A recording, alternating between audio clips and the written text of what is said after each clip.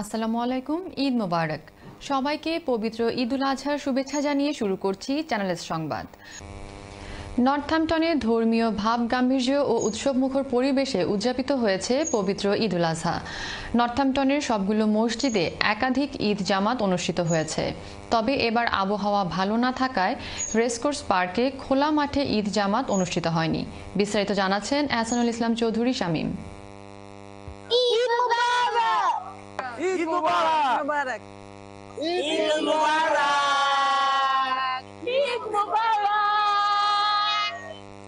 ধর্মীয় ভাব গাম্ভীর্য ও আনন্দ উৎসবের মধ্যে দিয়ে নর্থহ্যাম্পটনে উদযাপিত হয়েছে মুসলমানদের সবচেয়ে বড় ধর্মীয় উৎসব পবিত্র ঈদুল আজহা। দিনের শুরুতে ঈদের নামাজ আদায় করার জন্য নিজ নিজ এলাকার মসজিদে ছুটে যান মুসলমানরা। বাঙালি ছাড়াও বিভিন্ন দেশের বিপুল সংখ্যক মুসল্লির অংশগ্রহণে ঈদের জামাত অনুষ্ঠিত হয়। অনেক মসজিদে 2-এর বেশি ঈদ জামাত হয়েছে। নর্থহ্যাম্পটনের মসজিদে ধর্মপ্রাণ মুসল্লিরা পবিত্র ঈদুল আজহার নামাজে অংশগ্রহণ করেন। নর্থহ্যাম্পটন আল জামাতুল মুসলিমিন ও বাংলাদেশ মসজিদের পক্ষ থেকে ঈদের শুভেচ্ছা। ঈদ মুবারক। Eid Mubarak to all the Muslims around the world, especially all the multicultural Muslims in Northampton. And I would just like to say Eid Mubarak to everyone. Al Jamatul Muslimin of Bangladesh মসজিদে সকাল 8টায়, 9:30 ও 10:30 ঈদ জামাত অনুষ্ঠিত হয়েছে।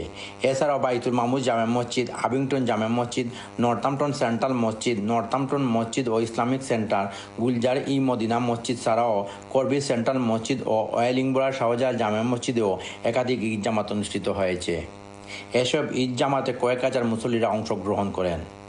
Europe সহ সমস্ত বিশ্বের মুসলমানদেরকে ঈদুল আজহার দিনে সবাইকে জানাই ঈদের শুভেচ্ছা। ঈদ মুবারক। ঈদ মুবারক। সবাইকে ঈদের শুভেচ্ছা। ঈদ মুবারক। ঈদ মুবারক। ঈদ মুবারক। ঈদ মুবারক। ঈদ মুবারক। বিভিন্ন এলাকায় নামাজের জন্য মহিলাদের জন্য পৃথক ব্যবস্থা করা হয়। নতুন পোশাক পরে শিশু কিশোর সহ বিভিন্ন বয়সীরা ঈদের জামাতে আসেন। আবহাওয়া অনুকূল না থাকায় এবার নর্থহ্যাম্পটনের রেসকোর্স পার্কে খোলা মাঠে ঈদ জামাত অনুষ্ঠিত হয়নি। চিরাচরিত নিয়ম অনুযায়ী ঈদের নামাজ শেষে ভ্রাতৃত্ব বন্ধনের প্রতীক হিসাবে একজন আরেকজনের সাথে কুলাকুলি ও শুভেচ্ছা বিনিময় করেন। কেউ কেউ সপরিবারের আত্মীয় স্বজন ও বন্ধু বান্ধবের বাসায় গিয়েও ঈদের শুভেচ্ছা বিনিময় করেন। দেশে থাকা আত্মীয় স্বজনদের সাথে ভিডিও কলের মাধ্যমেও ঈদের আনন্দ ভাগাভাগি করেন প্রবাসীরা। শুধু পশু নয়, মনের পশু কুরবানি দিয়ে মুসলমানদের মধ্যে ভ্রাতৃত্ববোধ তৈরি করা হোক পবিত্র ঈদুল আজহার অঙ্গীকার।